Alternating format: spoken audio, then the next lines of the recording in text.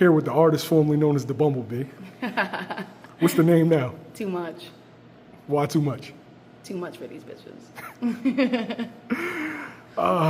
Still undefeated. Coming off of what was a dominant unanimous decision victory against Nancy Franco. Yes. And now it's been labeled as a no contest. Why?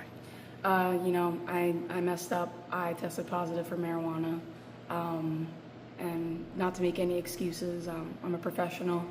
And even just like I do inside of the ring and during camp, I have to hold myself to that standard, even when I'm not in camp and I don't have anything coming up. So just a learning experience. And I'm looking at it like, a lot of eyes are on me right now. And I've always shown that you can mess up and come back from anything. But in boxing, my career so far has been very close to perfect. So I think it's just going to be a beautiful thing to mess up in front of the world. But again, showcase you can come back from anything. Fight was in Texas? Yeah. Yeah, they got Keyshawn for the same thing. Yeah. As far as you go, what did you learn from just the whole situation in its entirety? Well, I mean, there was a lot of things in the back end that I'm not going to get into, but we'll say that was the hardest fight week of my life.